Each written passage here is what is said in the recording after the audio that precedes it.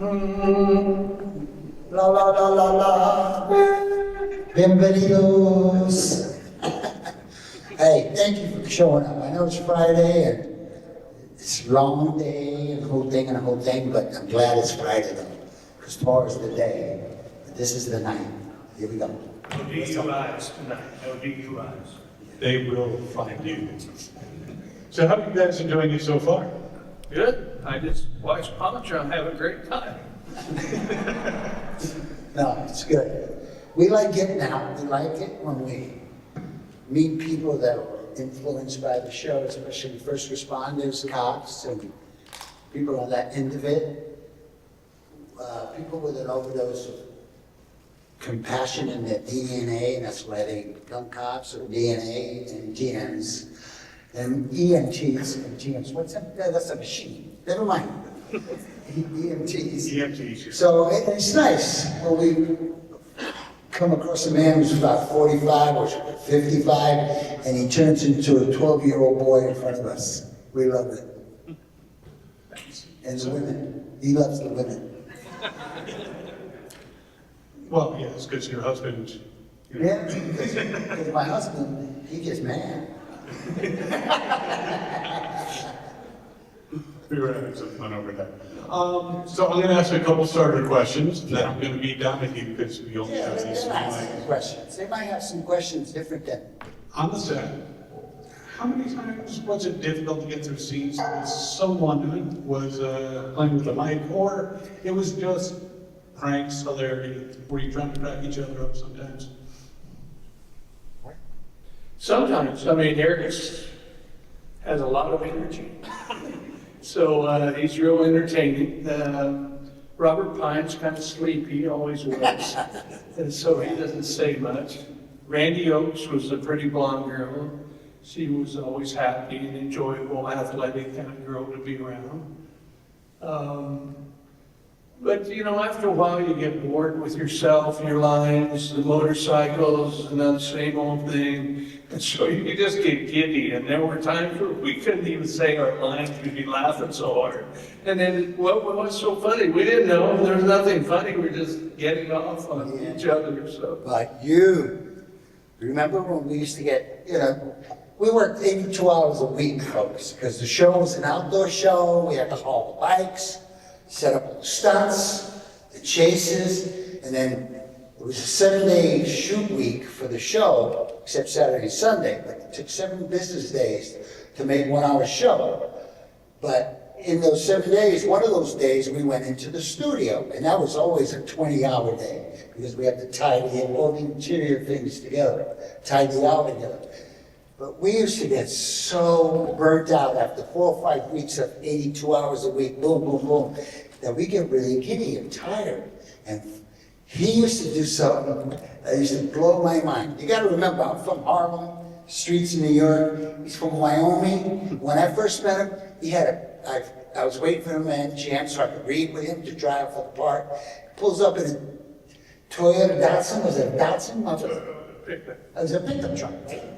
And he pulls up, and I look in the back, and he's got a thing of a big block of hay, a bale of hay, and he has saddle back there. And I went, "You got a horse?" So you see, these are 2 different worlds, right? And then when we get really exhausted, he would do that whole thing about, because he had a couple of real good rodeo horses. And what's that routine you always did? Coming out. They're coming out and shooting up to a world champion cowboy, and 50 points for the horse, 50 points for the cowboy, here he comes! Look at that boy, Bob! It wasn't very funny, but we sure loved it. It was funny. It was funny because we were tired, so anything was funny. But I always remember that. So we had our good times, we had our fun times, we had our bad times, like everything else, like any marriage. Well, yeah, absolutely. Now, on the flip side, can you recall any scenes or storylines that really affected you emotionally, like almost crying? Yeah, resonated with you. Something that resonated in a scene that really made you emotional? And you were like, guys, I need a minute. Yeah, we had We had some of that. We had a lot of that. We had a lot of that off camera too. But we had one when we did an episode of Mothers Against Drunk Driver. My girlfriend at the time was Beverly. Remember Beverly Sassoon? And they figured Ponch is going to get married. And he's in love in this episode. He's got a girlfriend. And then she gets hit by a drunk driver. So we could bang out Mothers Against Drunk Drivers organization, bring attention to that. And the show was good for that in a lot of ways, because we always hit topics and issues, social issues that brought attention to some of the stuff. And I bet you a lot of you don't even realize that we never drew our guns on the show. You go, that's right. That's because the show kept your interest with the chases and the passions, and his tight uniform. One time we had a scene where I had to tell a mom that her husband had just been killed in an accident, and her little boy runs out, and in real life that was my son, and he played the little boy, and you know, it was an emotional scene. It was hard to tell a mom that, notwithstanding the fact that he had to share that with a young boy trying to survive that his dad's never going to be back again. Yeah, there were definitely some touching moments on the show. And there was some comedic stuff. It's almost like Arthur Fonzarelli and Richard Cunningham became motorcycle cops. That's how I like to see it. You were the funnest. Yeah. Okay. In a real life thing, how many times have you guys gotten out of traffic tickets because you were on the show? I've never had a traffic ticket. So the question is, have they ever stopped you? So yeah, one time they stopped me. I'll tell you real quick, two quick stories so I don't bore you with my indulgence. But one time they stopped me and there was a really young CHP officer in Thousand Oaks. And I had, at that time, I had a black turbo Porsche that was too fast for me, but it was great. And he says, you know, you just did a 180 there in the middle of the street.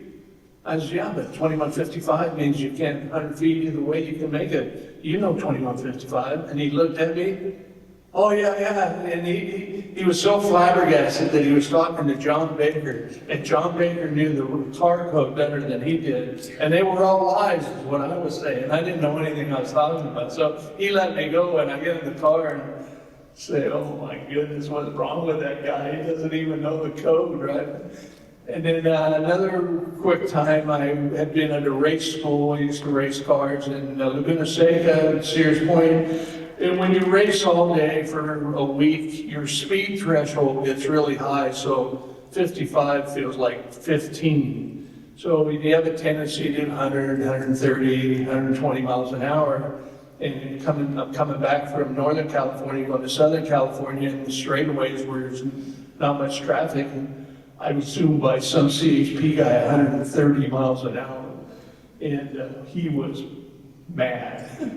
And they called MGM and wanted to take my license in my car. Jesus. I had to call him and tell him I'm really sorry. And, you know, I've been racing all day and, you know, didn't feel that fast. The story didn't go over real well. But anyway, make a long story short, they give me a ticket. Well, damn, I wish I had your excuses. Yeah, I got a ticket. First year of the show, I got a ticket. Yahoo shipper. We were shooting on PCH, Pacific Coast Highway, and I get off Sunset, hit the PCH, and make a right, go north, and I'm in I just got a brand new 54 SL, two-seater, you know, Mercedes. I thought I was that, and I was. Jamming. And I'm jamming, and I see the candy lights behind me, the cop lights. And I pull over. As soon as he got to the car, I already had my license right there. He took it, looked at it, says, I'll be right back. He took off, he pulled, and I signed the ticket and left. By the time I left there to go to base camp, where you have all the equipment, the motorhomes and stuff, where we'll shoot out of, everybody at base camp knew I just got busted by a CHP car cop. because he called it in and said, this bus Eric Estrada punch me out. But he took a lot of flack because of it, you know. But yeah, that's my ticket. And that's the only time I got a ticket. After that, they just couldn't catch me. Oh, okay.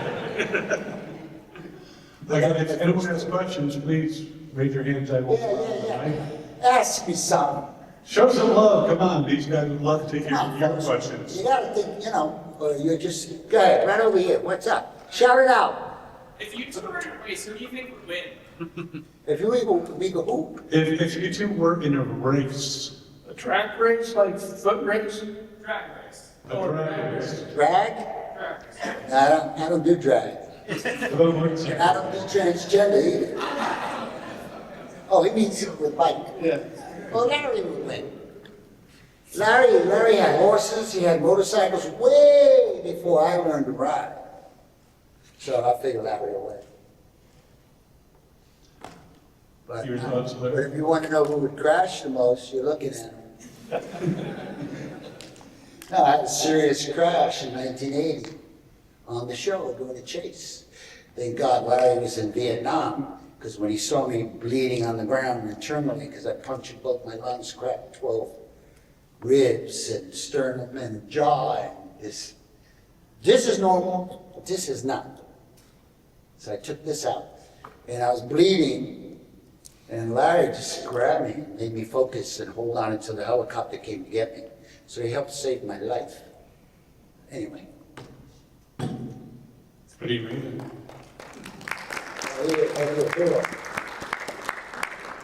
Any other questions? Shout them out, I'll repeat them. Yes? Probably get asked this a lot, but what are your favorite episodes? You're probably asked a lot, what are your favorite episodes of the show? There were many, there were many. Some of the socially interested things that we did were great, but they were fun stuff. I had to do stuff that they tell Larry, okay, Larry, you're gonna, because Larry played guitar and everything, they said, you're gonna sing a song in this episode. He said, yeah, okay. And then 2-3 days before, you say, no, I'm not doing it. So they made Ponch do it. So I had to learn the song and all that. I was forced to. And there was just good stuff. And then when we did that Western part dancing, you didn't want to do that. You didn't want to do that either. They made me do it. So those were fun times, things that I never thought I'd get to do, from where I came from, exposed to a lot of good stuff, right? Yeah, it made me really appreciate, the Latin mover over here, because singing Celebration, that was okay, it was pretty cool. He was looking like Travolta up there, moving well, had his feathers all coiffed. All the girls loved Ponch. But then when I wouldn't, they said, Larry, we got to write some shows from you. You're a cowboy, you rodeo, you do all this stuff. They wrote some crap, about me square dancing. I said, I'm not doing that. That's a square stuff. And so there's my buddy, the Latin Wonder, square dancing, looking cool. That was my favorite episode. Yeah, everything you wouldn't do, but we do. Awesome. Another question?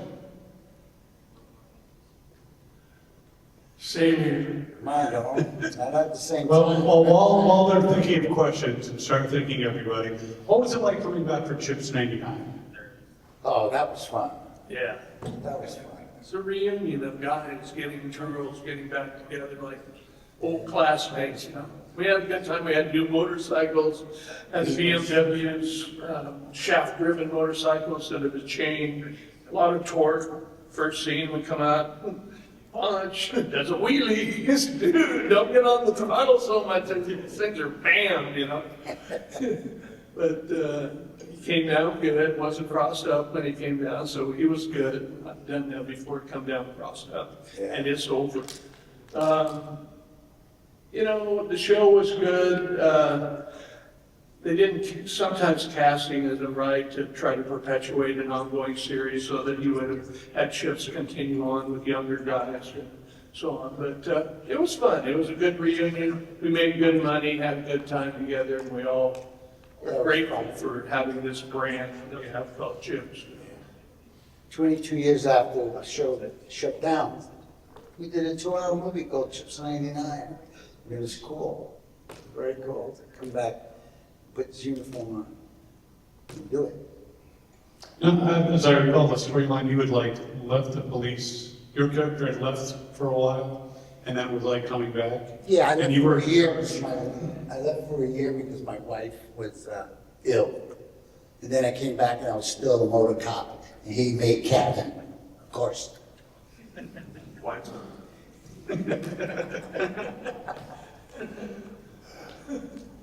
Now, you've also both appeared as yourselves in different shows, like 30 Rock and other shows. What was that like playing a fictional version of you? It's no big deal. I mean, 30 Rock was kind of cool at that time, so it was fun. The only thing is, you know, when they called me, I don't know, what, maybe 5, 10 years ago, whenever it was that I did 30 Rock. It was a real popular show, and they said Tina Fey, you know, she remembers you, and, you know, she had this crush on you as a kid or a younger girl, and she wants you to come and do a guest star on this episode. I said, dude, I'm no hunk. Those days are over. I mean, you really want me to come and be your boyfriend, right?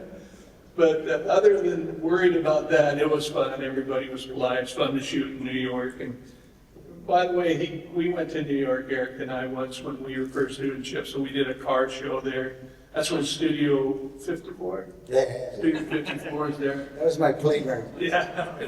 And the Latin Wonder takes the Wyoming kid to Studio 54. Oh man, we had the time of our lives in New York. And then he took me to some Spanish Harlem area or something. We had fried bananas and all kinds of Puerto I took him Rican. to the barrio. Yeah, it was great. It was a great memory. Thank you, by the way. I never It was forget. good times. Yeah. We had some really, really good times. So we did, but they would sell our pictures. We were young guys, you know, we didn't know what we were doing. All we knew was we were getting a lot of attention and it was nice, right? And we had cigar boxes sitting next to us and they'd pay $1 a picture, right? You'd sign your name and $1. At the end of the day, I mean, people would be in the line outside the convention center in the snow and everything, right? To get a stupid picture from the Chips guys, right? What are we gonna do? This is party money, dude. Cigar boxes full of party money. Yeah, So we had a blast. back then we used to sell our pictures for $1, but we were getting 10,000 a day for Yeah. being there. Yeah. And the fire marshal would come in and cut the line because there were too many people in the convention centers. We always had that problem. It was a great problem to have. Yeah. It was fun. And his lines were always slower. Tell him to hurry up, but how do you tell a guy to hurry up when he keeps French kissing everything? I didn't want them to feel bad. Hope you didn't have a cold. Or anything else. We won't go there. Now, Eric, you were on a show called Two Women, One Road for like 301 episodes. Women in One Direction, the English version, when Rupert Murdoch bought it for his star channels around the world. It was a telenovela that I did in Mexico City. I was offered it, and I told producers, I said, look, man, I grew up in New York City, but I've been on the street since I was 5. And by the time I was a teenager, I didn't know how to read or speak Spanish properly. I spoke crap. And he says, oh, don't worry, because they offered me a soap opera. And he said, it's 3 months, 100 episodes in Mexico City, we shoot it. You got a wife, and then you fall in love with a hitchhiker girl, and then you got 2 women, you love your wife, but you love the girl too, and you got an 18-wheeler, and the bad guy's spurring your wheeler, and it's a whole thing, it's a whole thing, it's a whole thing.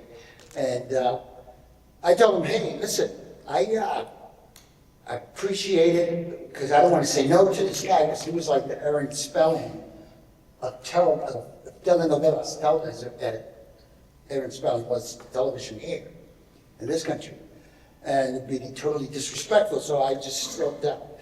I'm sorry, but I don't know how to read. He said, don't worry about it. We'll make you born in Mexico, raised in San Diego, and you came back. So I'm thinking, all right, I'm going to be speaking 8 words in English, and 2 words in Spanish, like, and I was hoping that it'd be sí, no, easy, right? No, they sent a script 2 months later, I couldn't even read it. So I couldn't say no to them, because that'd be totally disrespectful to a man in his position and being raised. In our culture, it's, you don't be disrespectful to somebody who's achieved notoriety, prosperity, the whole thing, and made a name for them. You just don't do it. Especially if he's Latin and you're Latin, it's just, it don't fly. My mother would smack me in the head. So I told my manager, chase them away. Chase them away. They want me to live in Mexico for 3 months? Well, this is what I want.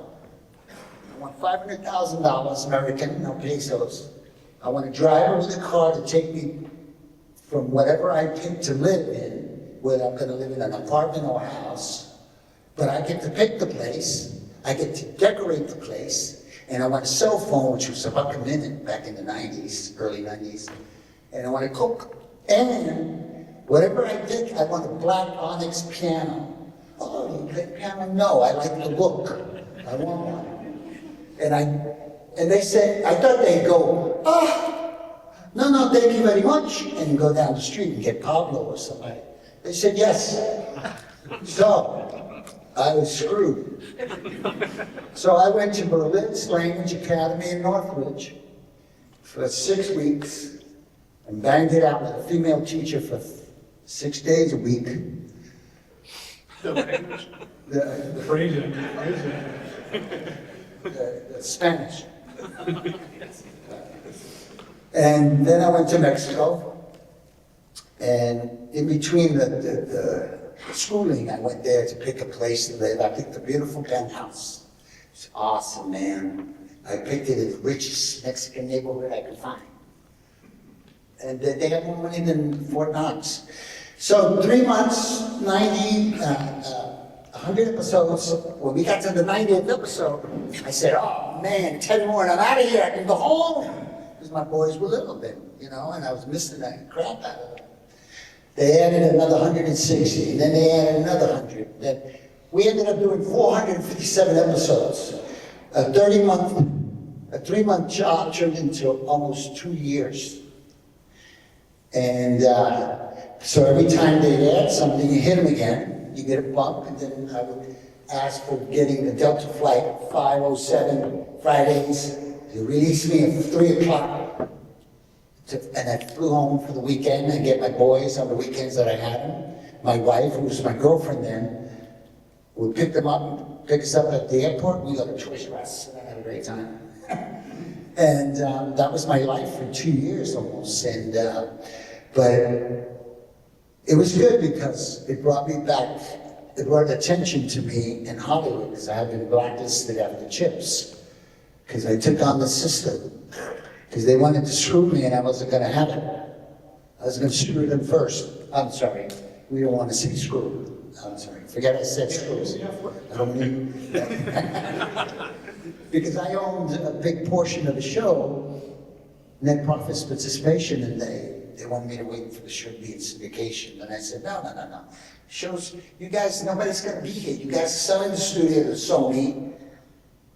And I'm going to call, nobody's going to answer the phone. So I took the fight to them before. We finished the 6 years. And you can't do that with the boys in Hollywood. And I did. So they said, okay, you're going to win the battle, I got paid, but you're going to lose the war, meaning my career. So I said, fine. 10 years later, I ended up in Mexico. My soap opera is still #1 after 30 years. It's #1, the longest running, the highest rated soap opera in the history of Latin television still, since then. It was knocking out anything that was an American channel close to it. And then then I started doing guest spots on TV shows after that, but I didn't really care anymore. So I went ahead and became a real cop, which I always loved, which I wanted to be before I became an actor. And I still am today. So if you go on the internet, and you think you're talking to Kimmy, 13 and a half years old, watch out what you say, because that's me. I'll come and get you. When you weren't thinking of the DUIs, no DUIs, because they will come for you. No, not DUIs. I think you're in jail. Larry, you were actually, before your chips, you were on a very classic show, Lassie. Do you have memories of that? I know we're going back a ways.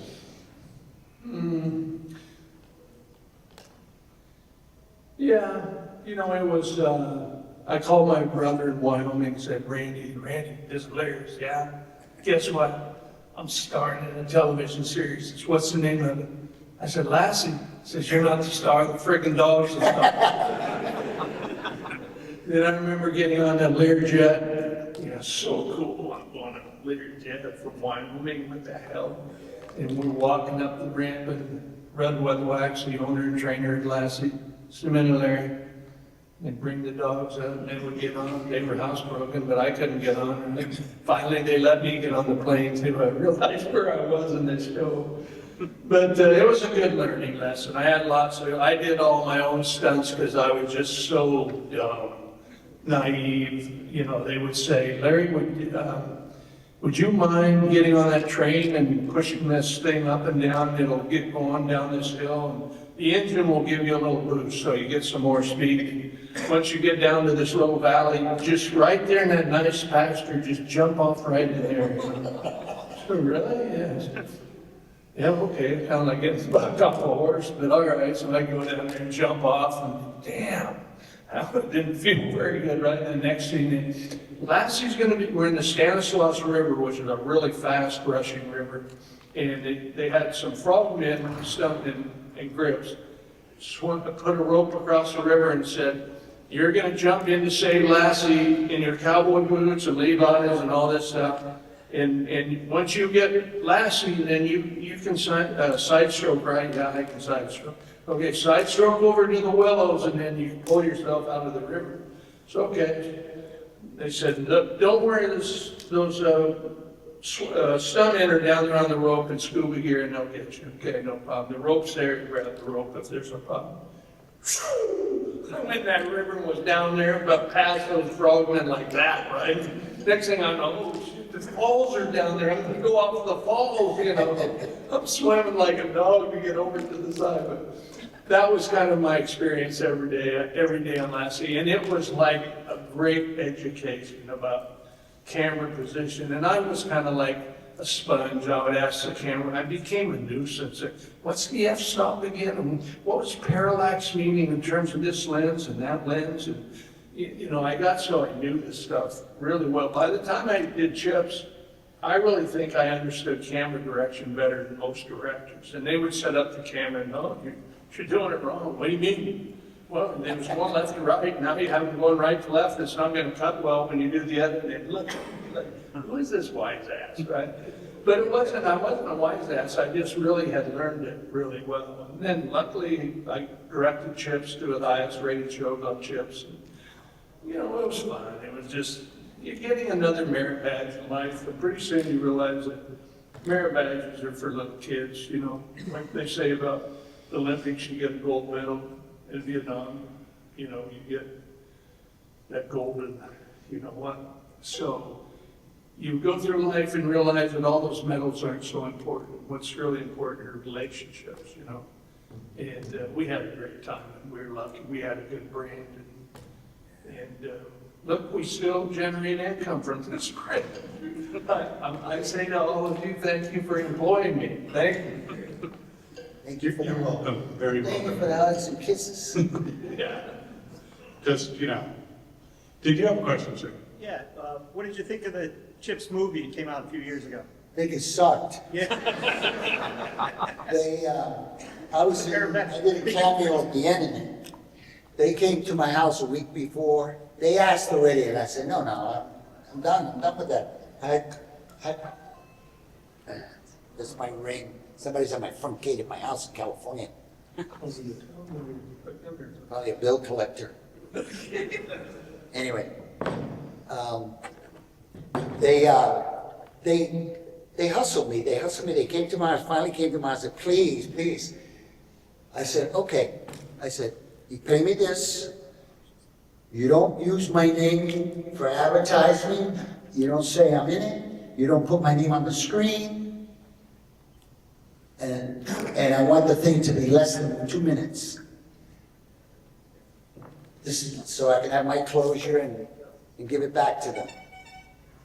And it's unfortunate because what happened was DAC leased the name Chips, the brand name Chips. And then went off and did his own thing, egotistical, whatever you want to call it, thing, that actually was too bad because instead of making 180 million, he made maybe 18. He made squat because you couldn't take your nephew and niece and show them what you grew up watching because it was so inappropriate for children. And that's where he shot himself in the foot, business terms wise, you know. But I did my thing, but you never know I was in it unless you saw it. Because I wouldn't allow them to use my name for advertisement or anything else, and that was the only terms why I did it, just to get one, you know. But it sucked. I thought so. But there was one good thing. Miguel Pena, he was very good in it, very funny. I like that son, they went up the stairs, the motorcycle. I've never seen that before. I thought, man, I'd like to try that. Davis did that. Was it there? Yeah, I think so. Yeah, Gary Davis used to double John Baker, Barry, you know, who did that stunt. And that's the only thing I remember most about it was that stunt going up the, what do you call those stairs? Spiral staircase? I thought that was so cool. I said, I'd like to try that. I think even the worst movies sometimes have a moment that's kind of cool. And you found that moment. Yeah, that was cool. That I liked. Any other questions, please? Okay, we're gonna go with this one, and then you can, So, one of my favorite moments from Loaded Weapon was your cameo, when they come running up the stairs, and the two of you are with the motorcycles on the second floor. How did that, like, come about? Like, how did you guys end up in that movie? They just cast us in Loaded Weapon. Oh, what a weapon, yeah. No, they cast us, and it was one of those favorite nations things.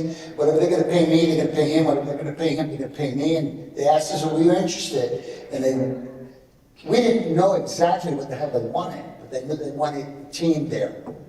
And so we did it. I fired a gun, boom, and get his attention. Hey, come in. You just do it. You do it for the bread because in our business, a lot of actors have been on a series that covered pension and welfare and the whole thing. So but when you don't have a series or something and then you get a job here and a job there, if you don't make over $32,000 a year, you and your family won't be covered insurance-wise, okay? So we'll grab any little thing just to make that quota and then tell the rest of them to, you know, bite it. You know? That was the funniest scene of the movie. Yeah. But that was fun. It was fun. We had a good time. Yeah, it was funny. Yeah. Yeah. yes, sir. Eric, it was great seeing you show up in Fallout, and I was just wondering if how you got involved in that, and if you have any stories from the set.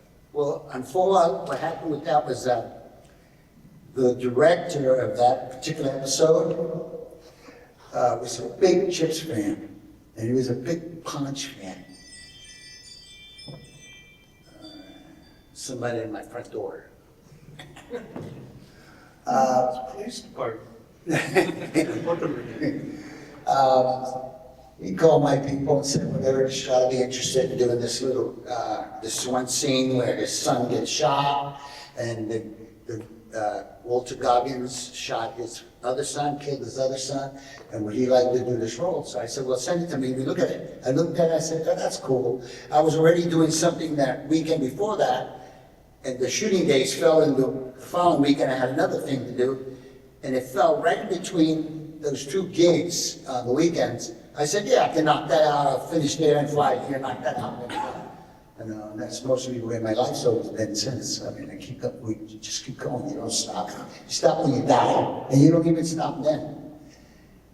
Anyway, that's a whole other thing. So I went ahead and did it. It was great. And Walter was great, very generous as an actor to me and everything, because he's a brilliant guy, you know.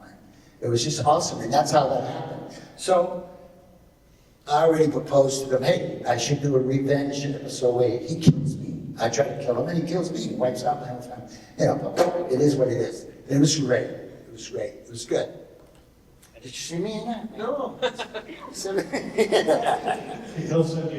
episode, first episode of Fallout, 7th episode, first scene. Really nice, man. You're gonna run right out and watch that, aren't you? That's right. It's a 9. Other questions? Yes, sir. Early on in the ships, you have a female police officer who's played by Brienne Leary. Yeah. Do you know why she left the show? Yeah, early on, you had Say what? a female police officer on the show. Which one? Brienne Leary. Brienne, first year. Why Yeah. she left? I don't know why she left. Why do you think she left? I don't think Larry liked her. That's why she left. We're blaming it on Larry. I don't know why she left. I think they wanted to put Blonde in there, Randy, yeah. and they put Randy Oakes in there. Yeah, well, Hollywood is constantly changing. Other questions? Well, then I got a question. Since, you were obviously very popular on the show, you've met a lot of fans. Yeah. Is there a particular crazy fan experience that springs to mind when you think about, oh, I like that smile there. I can't talk about that. I mean, yeah. It's inappropriate or improper. I mean, I'm not saying what happened Crazy after the fans, show. they can't bring that out. You know, Yeah. you can't talk about that stuff. Or how about touching fans, though, where someone came up and said, you were my inspiration to become... Well, like I said earlier, the reason why me and Larry do this stuff, it's great for us, but it's kind of really cool when you find people that have been watching you, that have had you in their bedroom, in their living room, in their kitchen TVs, all those years, or a picture in their locker room or whatever of us in the show, and really like the show. See, one of the wonderful things about Chips wasn't not only fun with the bikes, the new modern day cowboys, Lone Ranger and Tonto trip. The beautiful thing about the show was on Sunday night, you sat down at 8 o'clock with mom, dad, grandpa, grandmother, brother, sister, cousins. And you had a family togetherness watching it. So when people meet us from back in the day, when they used to watch it, their mom, their dad, who might have passed on, they get a little emotional and they get that warm, fuzzy feeling because they remember, oh, I used to watch that show with my mom. My dad loved you. So the show had that quality. It was a Sunday night, 8 o'clock. You're going to finish the week, start a new week, but here's what we're going to watch after dinner and everybody's going to bed. There was a family, feel-good show. And you can park your kid in front of the TV and not worry about if he's going to see 2 boys kissing, 2 girls kissing, or the language. No, those days are gone. That was a show gone by days or bygone days. And sometimes we'd even have, like I've had young ladies tell me that was their only piece as a child. I said, what do you mean by that? What do you mean it was your only piece?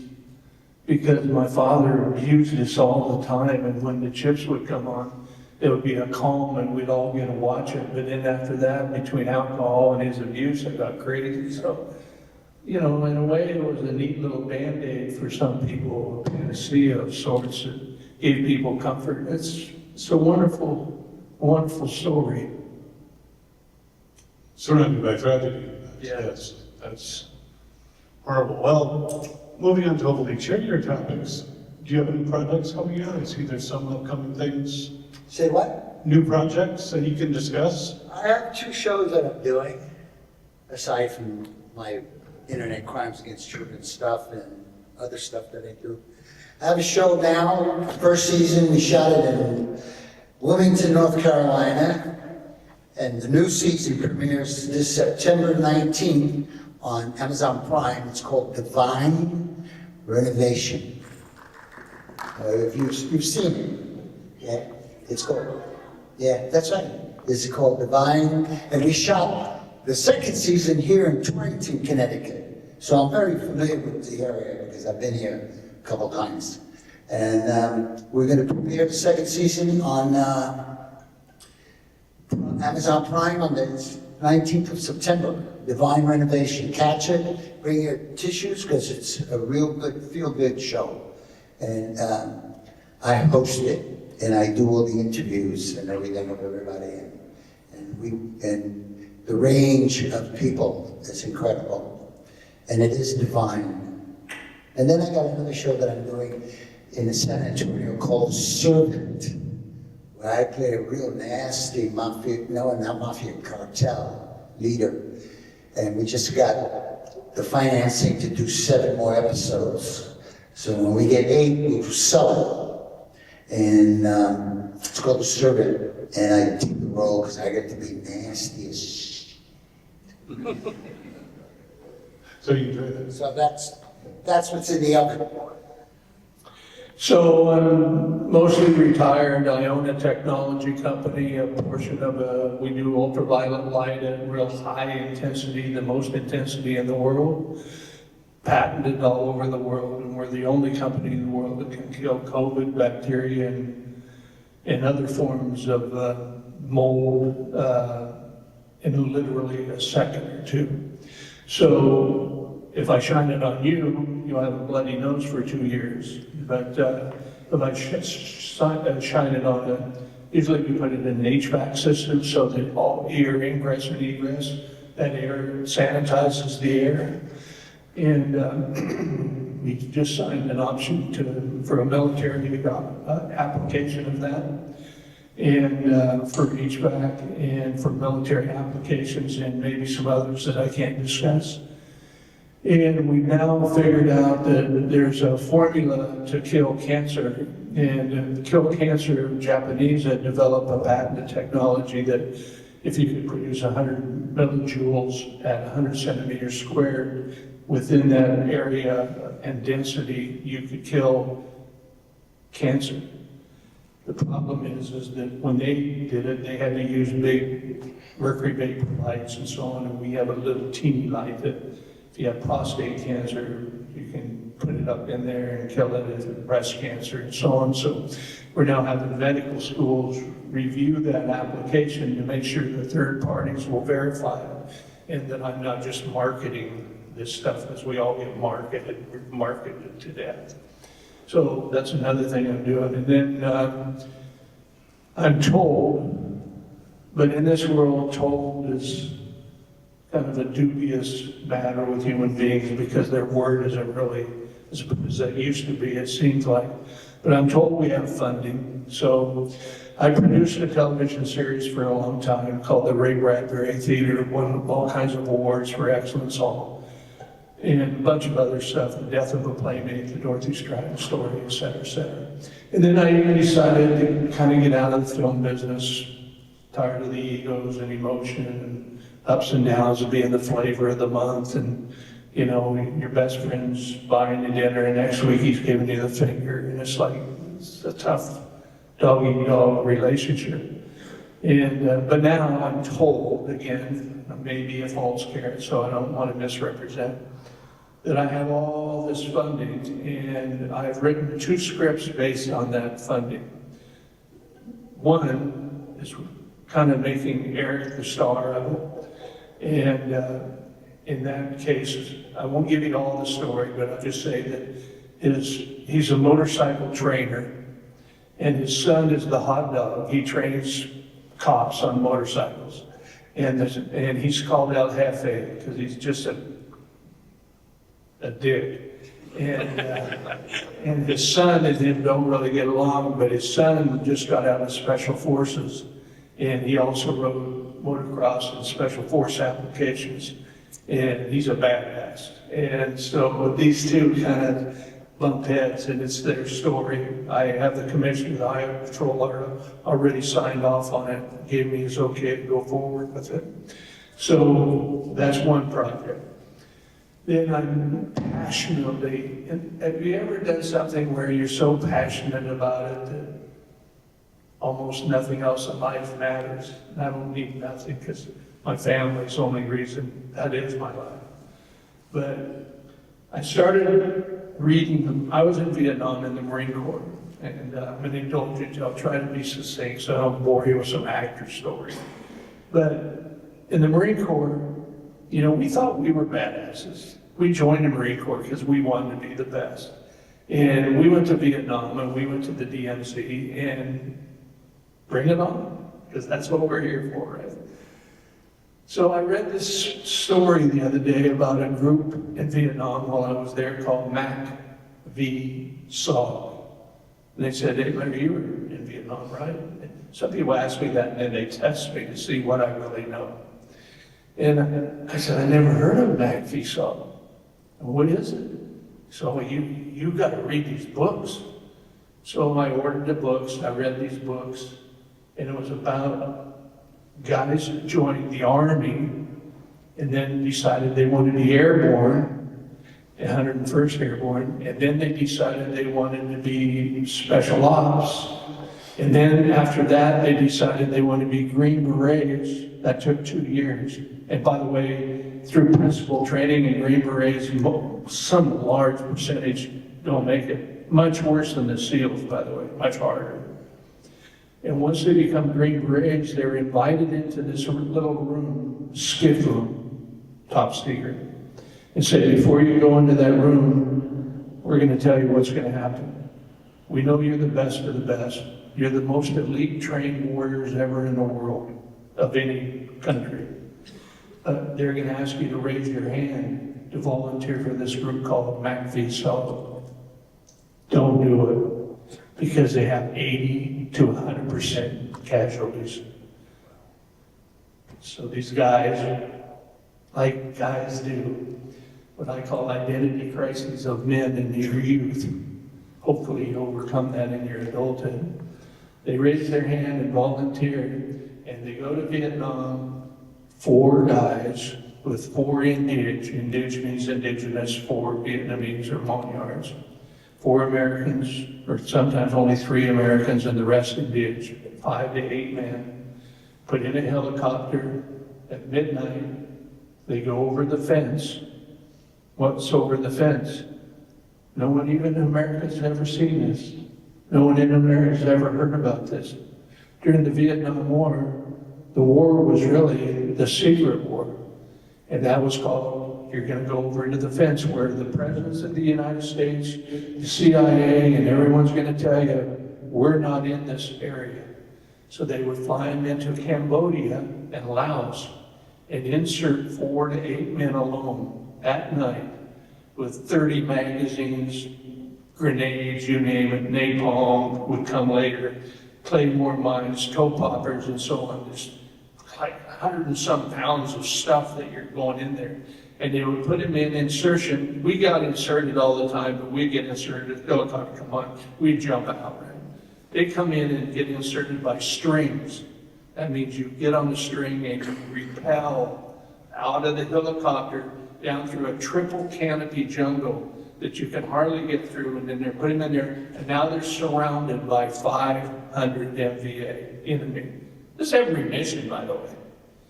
And not only are they surrounded, they've been eating fish head and rice for 2 weeks so the enemy won't know what they smell when the dog trackers come to get them. They start snapping that cane, candy cane, sugar cane together, and then they figure out where you are, and then they close in the noose on you and then kill you, right? Well, these guys, every single mission, you read this stuff. My wife said, hey, Dennis, right, I can't go right now. I'm on page 37. I got to read this stuff. It was just unbelievable scary. And all true stories, heroes of heroes, Medal of Honor winners, major generals in the military now that no one's ever heard these stories. And all these wars were in Cambodia and Laos, and also the CIA was involved, where the CIA was in a thing called Project Phoenix. I never heard of it. You probably never heard of Project Phoenix, right? Project Phoenix was our government was killing 14,000 to 40,000 civilians. Not Viet Cong. They were alleged civilians. And this is all true stuff, right? So I'm just saying, wow, these men were patriots. They were elite heroes and warriors that did everything for this country and came back, and now just Joe Blow. And one of them said recently, I talk to these guys now all the time, right? I said, hey, what about Dick Thompson? What kind of guy was he? Because this guy was nuts. He would jump off that thing at 150 feet over the triple canopy jungle into this jungle. He said, oh, he's nuts, all right. But he's just one of those warriors, an athlete, so athletic, so fast, so good. But he said, when I stayed at his house the other night, he told me something, Bill, I want you to enjoy staying here tonight, but I have one favor to ask you. And he says he always talks in this nice little calm voice like he's your next door brother. He says, so if there's a noise tonight, anywhere in this house, I want you to stay in bed, don't move, because I don't want to kill you. I got to kill the noise. This is today, the same guy, right? So I've written this script. I'm so excited about these heroes, these guys never seen, never heard of, never been in any movie. And whether it ever got distributed, I'll get it funded, I'll produce this movie, and it's my way of thanking God for bringing me back to life. So that's what I'm doing. That's amazing. And I noticed you led with, and I'm curing cancer. So, wow. So any final questions? We have a question right back there. We had the pleasure of meeting here in our community, and I was amazed. I figured like he would have plenty of memories and Ricky's books, so things that I've never seen him do that. But what I was really amazed by, kind of about some earlier discussions, some of the law enforcement that would come up and just be like, wow, this guy was my hero. This is why I became a police officer, including my own husband.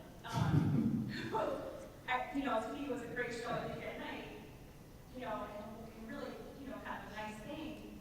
It was really meaningful and impactful in his life. And I just wondered how that impacted you two over your lives, having that kind of impact on law enforcement or others.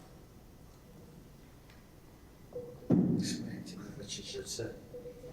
So how has it impacted you over the years to know that you have impacted so many policemen who actually took that lead?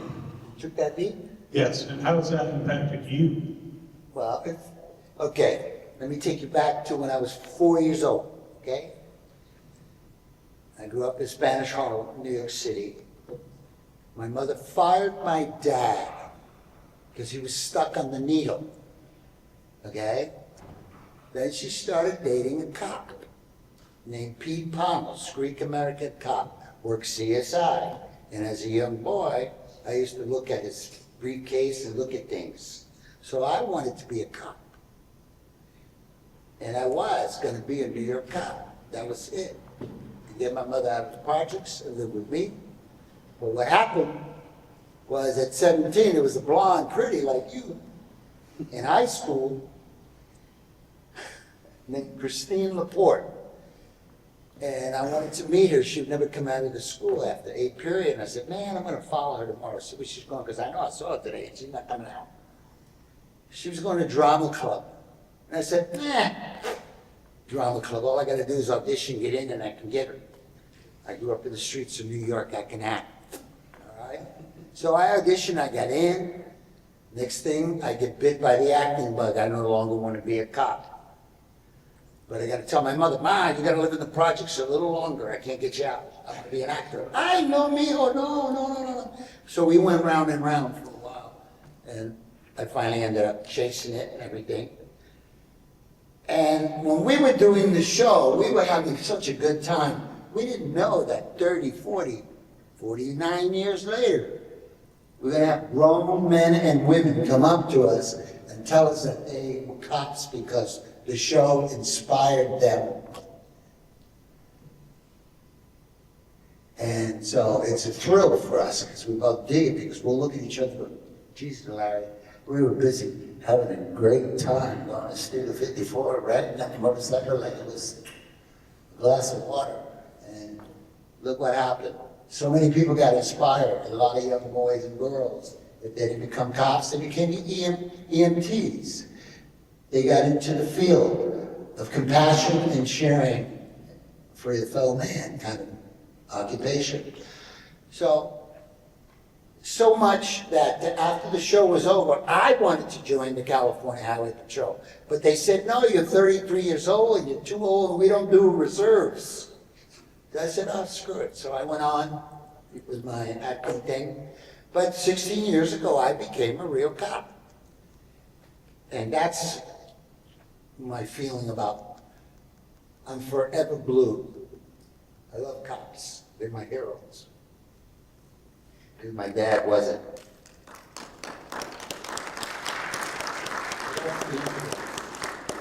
Anything necessary or? What? No, I'm just proud of him. And, you know, in Vietnam, we spent 13 months in Vietnam, but cops are on the street all the time. And every day you look in the press about some ambush or some really ridiculous thing happened.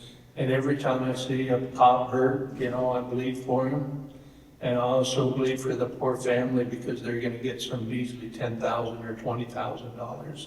They have children to support and life to go on. So it's a life-changing thing, and God bless Eric and people like Eric. Absolutely. And probably being on the show has had a very positive influence on so many people in regards to law enforcement, probably more so than you just, if you had become a cop, becoming an actor actually inspired more people and had a greater impact. So that was your path. Yeah, it was my path. The old man tapped me a long time ago. My first movie, I was 19. After I convinced my mother that, come on, mommy, let me give it a shot. I did a movie called The Cross and Switchblade, true story. The guy I played was a badass gang warlord in the 50s, the toughest gang in the streets of New York. And David Wilkerson, Reverend David Wilkerson from Phillipsburg, Pennsylvania, was in his barn reading the New York Daily News. And they're talking about these street gangs in New York in the 50s. See, they were different than the street gangs in New York that I grew up in, that I grew up seeing as a kid. These guys, they fought with their hands, maybe a chain, maybe a stick, maybe a bat. My favorite weapon of gang people was the old days. You know, remember the car antennas in the cars? You had to pull them up. Those, you just go like this, like that, and they snap right off, and then go. You crack somebody across the forehead, they will bleed like that. It was a great weapon of defense. Anyway. With my Defense. But so like the old man tapped me and got me that. I got that movie. I auditioned for that movie, and that's another hour story that we won't get into how I got the part. But and he still got me doing stuff for him. So I'm lucky. I'm not like you said. And this was all meant to be and happen. And Chips was meant to be and happen, and me. Everyone was dying in an alley, and Larry being there. But if he hadn't gone in there, maybe he wouldn't have done what he did to save people. Well, the game. You know, it's all, life is awesome. You gotta accept every day as it's about today.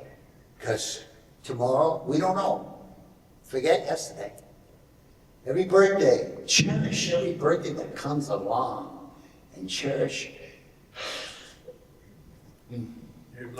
your mom, because we only get one. I think we couldn't end this panel on a better note than that. That was awesome. Thank you both so much. Thanks everyone for coming. Be sure to visit them at the tables. They have more stories. And yeah, thanks so much, guys. Thank you. Thank you. God bless you.